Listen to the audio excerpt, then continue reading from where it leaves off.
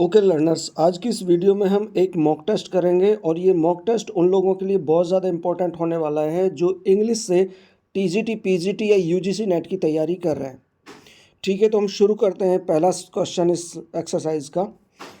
Question number 1, a pamphlet generally on a serious religious topic is known as. Serious और religious topic पर लिखा गया एक pamphlet जाना जाता है। ऑप्शन है a letter, sadism, tract, saga. तो ऑप्शन होगा इसका C, tract. Question number 2, the collective name given to some of the Shakespearean playwrights like Marlowe, Kyd, Peele and Greene etc. कुछ ऐसे लोगों के लिए कलेक्टिवली नाम दिया गया था और वो नाम था, ऑप्शन में पढ़ रहा हूँ, romantic playwrights, university wits, Elizabethan dramatist और कोर्ट प्लेराइट्स। तो इनको नाम दिया गया था यूनिवर्सिटी वेट्स, जो कि शेक्सपियर के कंटेम्प्रेरी थे। Question number 3, which term is applied to an ornate, extravagant and luxurious literary style. Highly ornate और लग्जरियस लिटरेरी स्टाइल वाले कार्य को क्या नाम दिया जाता है? बैरोक, कैरट, स्कैंसन और फैब्लियो। तो ये होता है बैरोक। चलिए, question number 4, read the following line and answer the question that follow. क्या लाइन है? डू आई वेक और sleep, in which of his odds Keats wonders about the substance of the imaginative vision. तो कौन से odd में उन्होंने ये बात कही थी? ओड है आपका ode to nightingale, ode to autumn, both A and first and second और नन ऑफ दीज। तो पहला ऑप्शन जाएगा इसमें A, ode to a nightingale में ये बात उन्होंने कही थी। Question number 5, a type of verse without regular metre is known as. जिसमें रेगुलर मीटर नहीं होता वो ऐसी वर्स कहलाती है। कौन सी? Free verse, sonnet, farce, dramatic monologue. तो ये होता है भाई फ्री वर्स। फ्री वर्स में क्या होता है? इसमें रेगुलर मीटर नहीं होता और इसमें कोई राइम स्कीम नहीं होती। चलिए ठीक है। Who is Alpheus in the words of Shelley. Shelley के शब्दों में एल्फियस कौन है? When he says, then Alpheus bold on his glacier cold with his trident the mountain struck. तो इसमें एल्फियस कौन है भी? ऑप्शन में Roman chief, Greek god, a river of Arcadia, a mountain. Option C, a river of Arcadia. Question number 7 होता है, A couplet in rhymed verse having आइएम्बिक pentameter in each line is. Couplet iambic pentameter वाला couplet कहलाता है। Option a blank verse, verse, rhyme royal, heroic couplet. ये कहलाता है heroic couplet. चलिए, romantic period is a characteristic of. Romantic period is characteristic of क्या है भाई? The discovery of local cultures, B following of vernacular literature, C fragmentation of classical cultural authority of Rome, all of these. तो ये option जाएगा D, all of these. चलिए, generally in tragedy some comic episodes are introduce to relieve the tension. तो कुछ tragedies में tension या stress को कम करने के लिए कॉमिक एपिसोड डाला जाता है। This episode is known as, क्या कहलाता है एक episode? A comic relief, soliloquy, aside, monologue. तो ये कहलाता है भाई कॉमिक रिलीफ। चलिए, ऑप्शन है question number 10, the Faerie Queene is a dot dot poem. कौन सी पोएम कहलाती है फेरी क्वीन? सैटेरिकल, नैरेटिव, एलिगरिकल और डेस्क्रिप्टिव। एलिगोरिकल पोएम कहलाती है। ऑप्शन नंबर सी।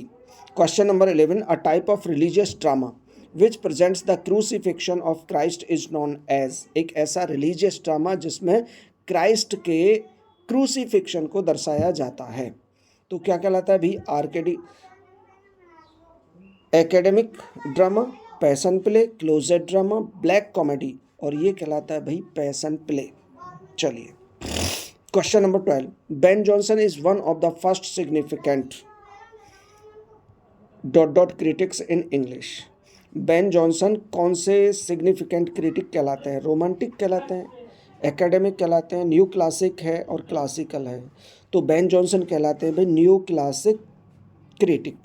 चलिए question number 13, a tale of horror passion and blood. एक ऐसी कहानी जिसमें हॉरर भी हो, पैशन भी हो, ब्लड खून खराबा हो, दैट इज नोन एज, हाँ बताइए आप, novel of ideas, novel of character, a Gothic novel और एपिस्टोलरी नोवेल। तो ये कहलाता है भाई गॉथिक नोवेल। चलिए क्वेश्चन नंबर 14 पढ़ते हैं, which of the following sentences has the figure of speech called implicit. देखिए इम्प्लीसिट को इम्प्लीसिट सिमिली भी कहा जाता है और इसका नाम दिया जाता है मेटाफर। इम्प्लीसिट को मेटाफर भी कहते हैं या फिर कह सकते हैं कि इसको इम्प्लीसिट सिमिली भी कहते हैं।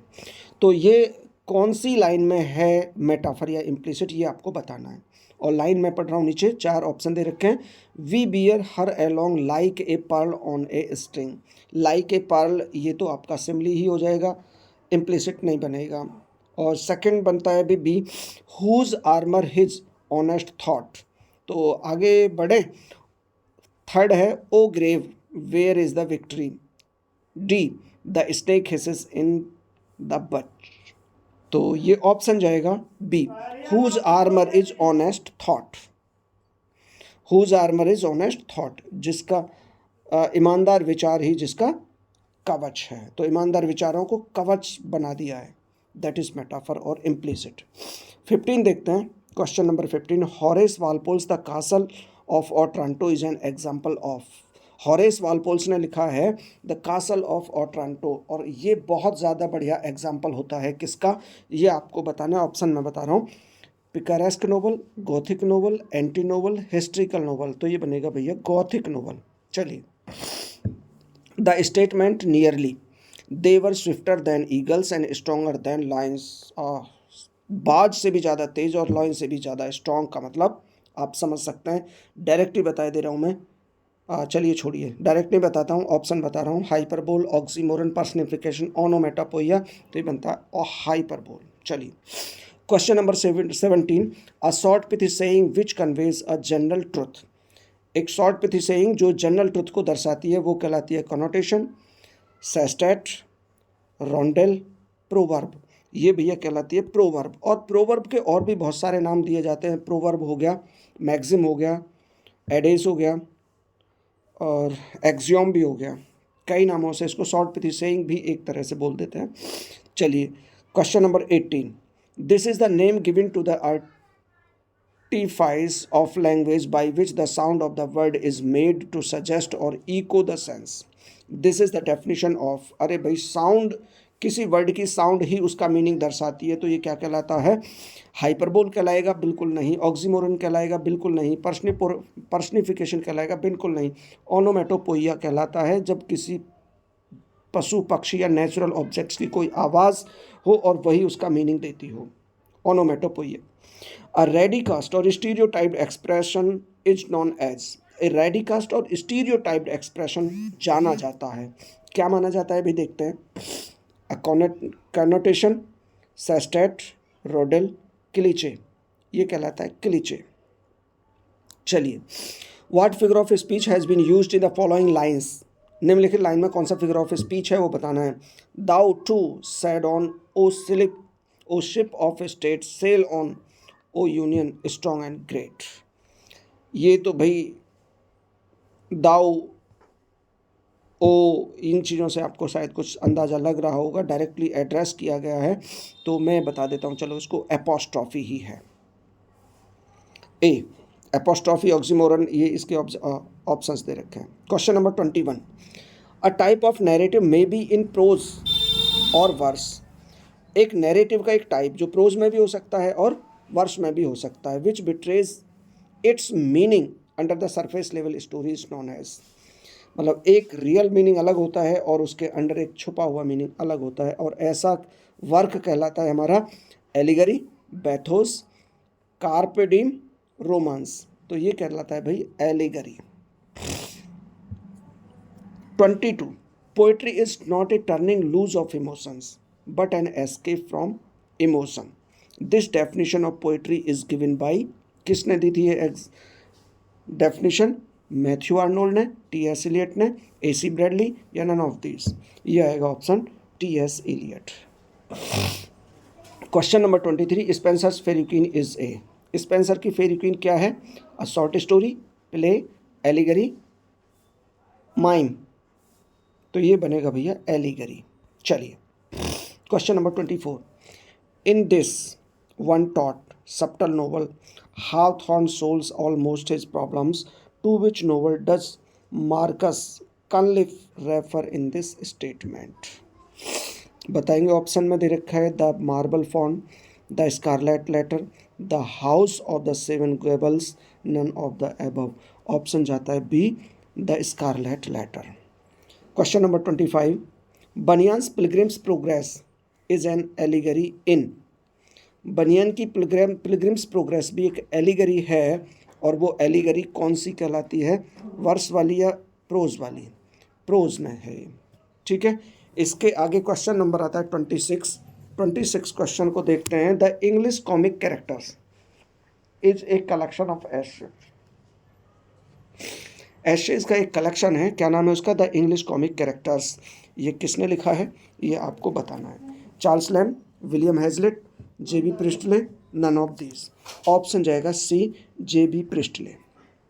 चलिए क्वेश्चन नंबर 27, क्वेश्चन नंबर 27 पढ़ते हैं आगे से। Dot dot is the short sentence stating a general truth. General truth बताने वाला एक शॉर्ट सेंटेंस कहलाता है। एम्बिग्विटी नहीं, एफोरिज्म आपको बताना है, जुग्मा, फार्स। तो भैया ये आता है एफोरिज्म। जैसे मैंने बताया था ना, प्रोवर्ब में होता है एडेज होता है, एफोरिज्म होता है, एक्सियोम होता है, शॉर्ट पिथी सेइंग। ये सब एक ही चीज़ को दर्शाते हैं, जिनको बहुत शॉर्ट में लिखा जाता है, लेकिन ये बहुत जनरल ट्रूथ होता है, मतलब प्रूवन चीज़ें होती हैं। चलिए क्वेश्चन नंबर 28, और the Auden group of poet consist of. एक पोइट्स के ग्रुप को ऑर्डन ग्रुप बोला जाता है, और उसमें कौन कौन आते हैं? जैसे Auden Stephen, Spender, Cecil Day Lewis, and इसके अलावा एक और है जिसका नाम इसमें दिया ऑप्शन में, वो आपको बताना है। तो मैं ऑप्शन दे रहा हूँ, Dylan Thomas, Keith Douglas, Louis MacNeice, Thom गुन।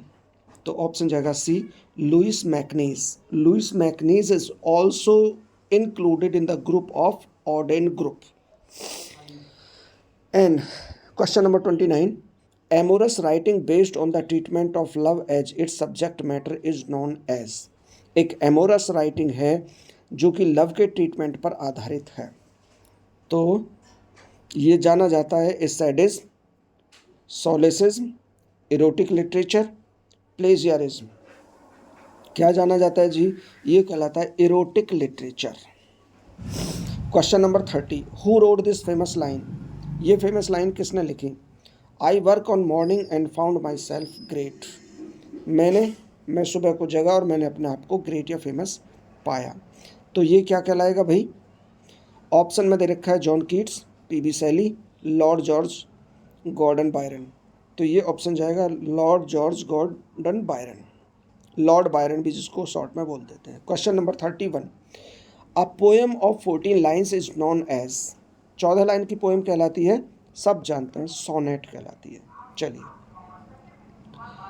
What could be the tragic flaw in Hamlet. Hamlet में ट्रेजिक फ्लॉ क्या होता है, क्या है, ये आपको बताना है। तो ऑप्शन है इसका वॉल्टिंग एम्बिशन नहीं, Oedipus complex, noble inaction, none of these. तो भैया इसका जाता है नोबल इन एक्शन। चलिए question number 33, which play was omitted from the first folio edition in 1623। 1623 में शेक्सपियर के कार्यों का फर्स्ट फोलियो आया था, तो उनमें कौन सा नहीं था, ये आपको बताना है। हेनरी 8 नहीं था, या पेरिकल्स था, हेमलेट या हेनरी 7। तो जो पेरिकल्स है वो आपके फर्स्ट फोलियो में शामिल नहीं किया गया था। Question number 34, Stratford is a. Stratford क्या है? स्ट्रैटफोर्ड क्या है? पोएम है, प्ले है, एपिक है, सोनेट है। तो ये था भैया स्ट्रैटफोर्ड प्ले। चलिए question number 35, which is the last play written by Shakespeare? Shakespeare के द्वारा अंतिम प्ले कौन सा था? देखिए अंतिम प्ले में, चलो पहले मैं ऑप्शन दे देता हूँ, उसके बाद थोड़ा डिस्कस करते हैं। The Tempest, Henry Seventh, the Winter's Tale, Cymbeline. तो इसमें ऑप्शन जो दिया गया है वो द टेम्पेस्ट है लास्ट प्ले, लेकिन कई जगह हेनरी एट्थ को भी कहीं पर बोला गया है। वैसे द टेम्पेस्ट हम यहाँ पर मानेंगे। 10 Canterbury trails has dot dot pilgrims. Canterbury trail में कितने पिलग्रिम्स थे, कितने तीर्थयात्री थे? तो ये 21, 29, 25 और 20। तो टोटल पिलग्रिम्स कितने थे? 29। चलिए, who said the following lines and my poor fool is hanged? No no no life, why should a dog, a horse, a rat have life and thou no breed at all? ये बात किसने कही थी? देखते हैं। Cordelia ने King Lear, King Lear में Cordelia ने कहा था ये लाइन, या Hamlet in Hamlet, King Lear in King Lear, Miranda in the Tempest. तो ये लाइन बोली थी भैया किंग लियर में, खुद किंग लियर ने ये लाइन बोली थी।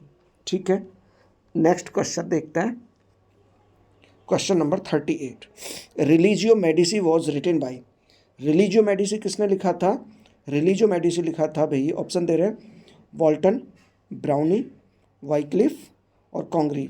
तो ये लिखा था भैया तो रॉबर्ट ब्राउनिंग ने लिखा था रिलीजियो मेडिसी।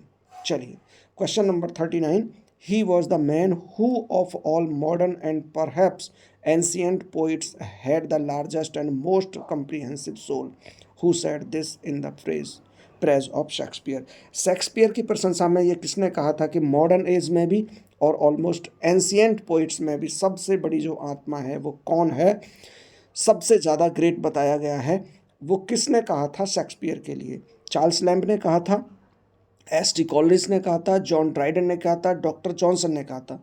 तो ये बात कही थी भैया जॉन ड्राइडन ने शेक्सपियर के लिए कहा था। वह प्राचीन में भी और इस समय भी सबसे ज़्यादा बड़ी आत्मा है, सबसे ज़्यादा ग्रेट मैन है।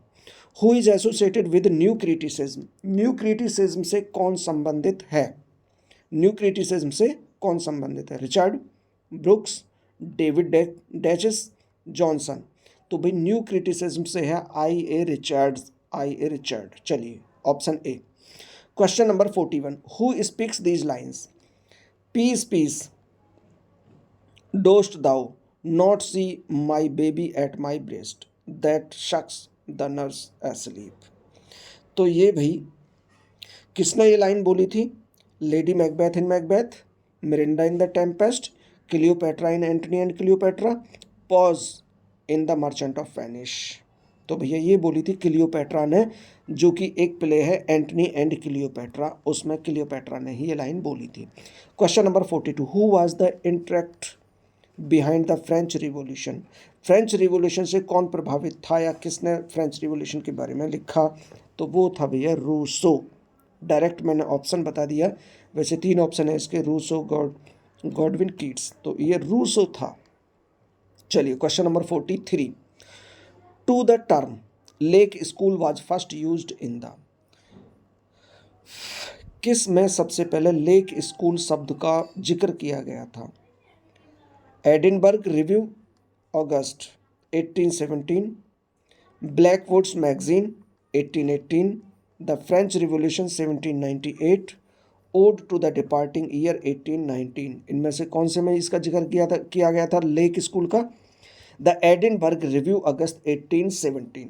चलिए नेक्स्ट क्वेश्चन आता है हमारा 44, who wrote the equal music?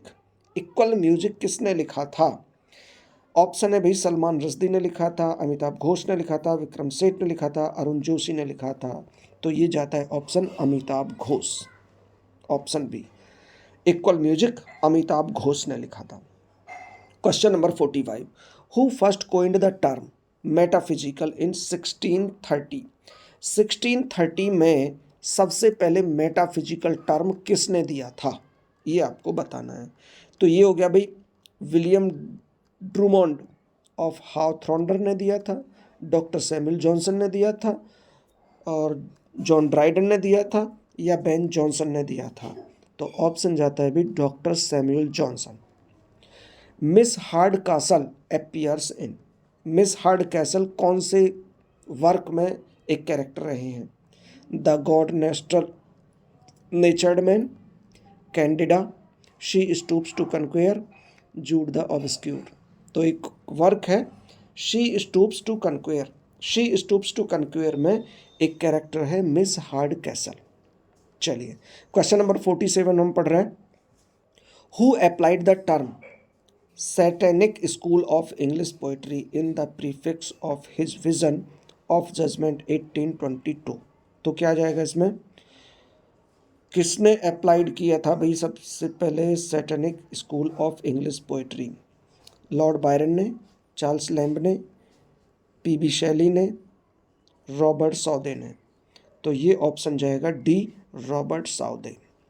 Question number 48, who edited the works of Shakespeare? Shakespeare के कार्य को किसने एडिट किया था? तो भाई शेक्सपियर के वर्क को तो कई लोगों ने एडिट किया है, लेकिन इनमें से ऑप्शन हम देखते हैं कौन कौन से हैं।